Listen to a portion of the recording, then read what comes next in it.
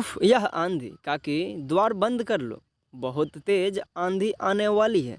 आवाज सुनकर कामना चौंक कर देखती हैं तो सामने की छत से कपड़े समेटती बंसी लाल की बेटी निर्मला चिल्ला रही थी, काकी कहाँ खोई हो? बहुत तेज आंधी आने वाली है, आसमान धूल से भर गया है, घर गंदा हो जाएगा। आने दे निर्मला, तू भीतर जा। काकी, मैं तो कपड़े लेकर भीतर ही जा रही थी, आपको आंगन में बैठा देखकर रुक गई। आप पहले द्वार तो बंद कर लो, फिर मैं चली जाऊंगी। देखो, तेज हवाएं चलने भी लगी। यह हवाएं मन की आंधी से तेज ना होगी बेटी। क्या कहा काकी? कुछ नहीं, तू जा अंदर जा, कहीं कुछ उड़ उड़ कर ना लग जाए। जा ही रही हूँ।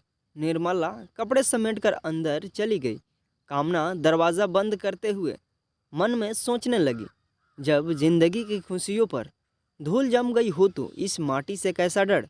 धूल का गुबार लेकर चलती हवाएं दरवाज़ा से टकराकर अजीब सी आवाज़ें पैदा कर रही थी। यह आंधी तो कुछ समय की है, थम जाएगी, जाते जाते अपने निशा पीछे छोड़ जाती हैं। लोग उन्हें पहले की तरह करने की कोशिश में लग जाएंगे और कर भी लेंगे, पर मैं क्या करूं?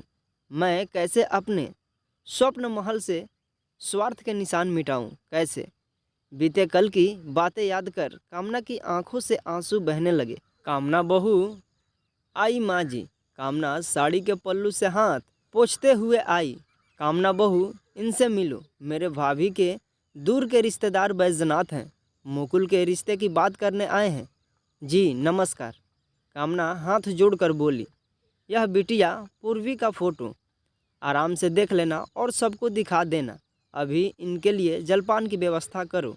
जी माँ जी। जलपान की व्यवस्था करती कामना ने एक नज़र पूर्वी की तस्वीर पर डाली। लड़की तो बहुत सुंदर है। जगबीर और मुकुल की शादी हो जाए तो जल्दी ही चांद सी बहुएं घर आ जाएं। चलता हूँ बहन जी, जो भी निर्णय हो बताना। चाय पीकर बैजनाथ उठ खड़े हुए। जी भाई साहब, नकुल के लिए भी कोई लड़की देखे रहना।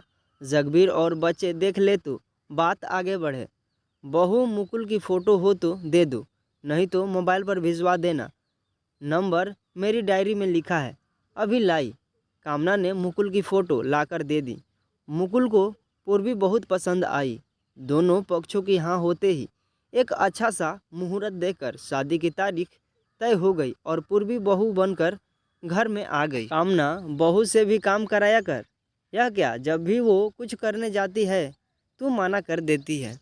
माँ, काम करने के लिए पूरी ज़िंदगी पड़ी है, बच्ची है, नई नई शादी हुई है, कुछ दिन आराम कर ले, फिर उसे ही सब करना है। अति हर बात की बुरी होती है। अभी तू आदत खराब कर रही है, बाद में देखना तेरा यही प्रेम इस स्वप्न महल की खुशियाँ लील जाएगा। नकुल भी यह सब देख रहा है, एक बार उसकी शादी होने दे, तब तुझे पता चलेगा। काम को लेकर रोज घर में झगड़े होंगे। ऐसा कुछ नहीं होगा माँ जी। कामना बहू को बेटी की तरह लाड़ करती थी। पूर्वी ने भी अब काम करने की कोशिश करना बंद कर दिया। साल भर बाद ही नकुल की भी शादी हो गई। तारा घर में बहू बनकर आ गई। तुम दोनों मिलकर घर के काम संभालो। माँ जी बीमार रहती हैं, मुझे उन्हें भी संभालना रहता है। अब मुझसे इतनी ज़्यादा मेहनत नहीं होती। नकुल की शादी को अभी 3 महीने ही हुए थे। कामना ने बहुओं को काम करने के लिए कह दिया। माँ, भाभी की शादी को 1 साल हो गया, आप उनसे कहो कुछ दिन घर की जिम्मेदारी वो उठाएं। तारा को आए अभी 3 महीने ही हुए हैं, आपने भाभी को इतना आराम दिया, तारा के साथ उपेक्षित व्यवहार क्यों? नकुल माँ का आदेश सुनते ही विरोध में बोला। नकुल, मुझे तारा भी उतनी ही प्रिय है जितनी पूर्वी। तेरी दादी की तबीयत और मेरी बढ़ती उम्र के कारण अब मुझसे उतना काम नहीं होता। कामना नकुल के व्यवहार से दुखी होकर बोली। मेरी बातों को नज़रअंदाज करने का देखा नतीजा, पहली कामचोर हो गई और दूसरी को उसके पति ने भड़का दिया। तेरे बेटे मेरे जगवीर से नहीं, जो माँ का सुख देखे देखे रंग, उन्हें माँ नहीं पत्नियों की ज़्यादा चिंता है। कामना क्या कहती, माँ सच ही तो कह रही थी। ऐसे ही समय गुजरता गया। पहले माया देवी, फिर जगवीर इस दुनिया को अलविदा कह गए। कामना एक के बाद एक 2 परियोजनों को खो देने से टूट गई। अब उससे जितना होता काम करती और बहुओं पर छोड़ देती। शादी के बाद नकुल की कही बातें तारा के हृदय में घर कर गई थी। वो कामना की हर बात का उल्टा जवाब देती थी। तारा, मेरे सिर में बहुत दर्द है, क्या चाय बना दोगी? आपकी लाडली आराम कर रही है, उससे बनवा लीजिए। तुम्हें नहीं बनानी मत बनाओ, मुझे क्यों बीच में घसीट रही हो? पूर्वी अपना नाम सुनते ही बाहर आई। कोई मत बनाओ, शांत रहो, मुझे नहीं चाहिए चाय। मेरी ही गलती जो तुम दोनों को बेटी बनाने चली थी। कामना की बात सुनकर तारा उठी और अपने कमरे में चली गई। कामना चुपचाप लेट गई। मुकुल, माँ से कहो घर का बंटवारा कर दे, तारा अपना हिस्सा संभाले और हम अपना हिस्सा। मैं अब और ताने नहीं सुन सकती। अच्छा बाबा, पहले तुम शांत हो जाओ, मैं अभी जाकर माँ से बात करता हूँ। मुकुल ने पूर्वी को समझाते हुए कहा। माँ, सिर दर्द हो रहा है। मुकुल माँ के सिरहाने बैठकर सिर दबाते हुए बोला। हम पूर्वी माँ के लिए अदरक वाली चाय बना लाओ। मुकुल ने पूर्वी को आवाज़ दी तो तारा के कान खड़े हो गए। जी अभी लाई, पूर्वी ने जवाब दिया। माँ, तुम्हारी बहुएं काम को लेकर बेबात उलझती रहती हैं। आप भी कब तक इन दोनों की चिक चिक बर्दाश्त करोगी? अचानक से तुम्हें यह सब कैसे दिखाई देने लगा बेटा? अचानक नहीं माँ, मैं आपकी तकलीफ़ देखकर कई दिनों से आपसे बात करने की सोच रहा था।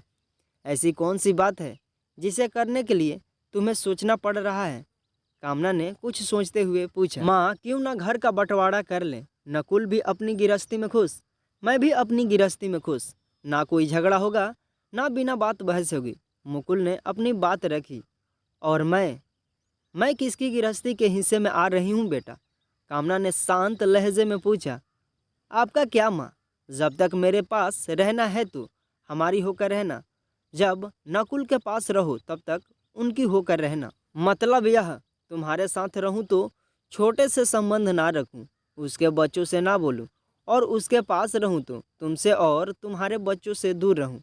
इस आर पार वाले किस्से में मेरे हिस्से में क्या आएगा? आप नकुल के पास रहो या मेरे साथ, क्या फ़र्क पड़ता है? आप रहोगी अपने इसी घर में हमारे साथ। मुकुल ने कहा। बंटवारे की अवधि में एक बेटे के साथ रहकर दूसरे से अजनबी बनकर अपने स्वाभिमान को मारकर टुकड़ों में बटी जिंदगी मुझे नहीं जीना। बूढ़ी हुई हूँ, लाचार नहीं। जब मेरे बेटे ही पराये हो गए तो अपने स्वाभिमान की बलि चढ़ाकर खुश रहने का दिखावा क्यों करूँ? माँ, आप हमें पराया कह रही हो? अपने बेटे को? हाँ, सही सुना। जो बच्चे अपने स्वार्थ के लिए माँ को बांटे वो पराये ही हैं। मैं भी परायों के साथ नहीं रहना चाहती और मेरे जीते जी मेरे स्वप्न महल का बंटवारा नहीं होगा। रही बात खर्चों की तो मेरा पति मेरे लिए अपनी पेंशन और प्रॉपर्टी छोड़ गया है। मुझे तुम दोनों से वो भी नहीं चाहिए। रहने दीजिए मुकुल, इन्हें इनकी संपत्ति का बहुत घमंड है तो रहें अकेले। मैं अब इस घर में नहीं रहूँगी। इन्हें अकेले इस घर में कुंडली मारकर बैठे रहने दो। अंत समय हम ही याद आएंगे। पूर्वी की हट पर मुकुल अलग रहने चला गया। माँ, दुखी मत हो, हम करेंगे आपकी सेवा। तारा, अब से माँ को ध्यान तुम्हें रखना है और यह ध्यान रहे उन्हें कोई तकलीफ ना हो। मुकुल के घर छोड़कर जाने के बाद नकुल ने कहा। अब से क्यों बेटा, तुम्हें अचानक क्या हो गया? माँ, मुझे तो हमेशा ही आपकी चिंता रही है। आप ही हमेशा भैया भाभी के लिए मरती रहीं। अच्छा, तुम एक माँ की ममता पर प्रश्न चिन्ह लगा रहे हो। माँ, मेरे कहने का मतलब यह नहीं था, मैं तो बस यह कह रहा था। कामना ने बीच में ही टोक दिया। बस बेटा, और दिखावा सहन नहीं होता। जो बहू मांगने पर भी एक कप चाय नहीं देती वो मेरी सेवा करेगी? रहने दो, तुम्हें जाना है तो तुम भी जाओ, मुझे अकेला छोड़ दो। माँ, आप हमें क्यों दोष दे रही हो? यह जो हो रहा है उसके लिए हम कहाँ जिम्मेदार हैं? आज मेरा घर ही नहीं टूटा, दिल भी टूट गया। 5 साल पहले जिस कलेश का तुमने बीज बोया उसके कांटे मुझे चुभ रहे हैं। गलत क्या कहा था माँ? तुमने भाभी को इतना आराम दिया और तारा को आते ही काम सौंप दिया। तुम्हें यह दिखाई दिया दादी लकवा ग्रस्त होकर पूरी तरह मेरे सहारे हो गई, वो नहीं दिखाई दिया? मैं बहू को सुख देती या अपनी सास के प्रति अपनी जिम्मेदारी निभाती। वो मुझे नहीं पता, आप भाभी को भी तो काम के लिए कह सकती थी। माँ और भाभी में फ़र्क होता है नकुल। मैंने जो पूर्वी के साथ किया वो तारा के साथ कभी नहीं करती। आप तो उन्हीं का पक्ष लेती रही और लेती रहोगी। मैं तुम्हें सफाई नहीं देना चाहती। मैं और तेरे पिता तुम लोगों की तरह स्वार्थी बेटा बहू नहीं थे। उस समय मैंने वही किया जो मुझे सही लगा। उस समय मेरी सास को मेरी सबसे ज़्यादा ज़रूरत थी, मैंने उन्हें चुना। देख लिया नकुल, अभी भी अपने को ही सही ठहरा रही हैं। मुझे भी कोई शौक़ नहीं इनके साथ रहने का। तुम ही सेवा करो। इनके ऐसे एटीट्यूड से इनकी सेवा कौन करेगा। सही कहा तारा, इनके साथ एडजस्ट करना बहुत मुश्किल है। नकुल भी अलग रहने चला गया। अपने स्वाभिमान को जिंदा रखकर कामना उन्हें जाते देखती रही। काकी तभी दरवाज़ा पर दस्तक सुनकर कामना ख्यालों से बाहर निकली। निर्मला तू, आंधी बंद हो गई।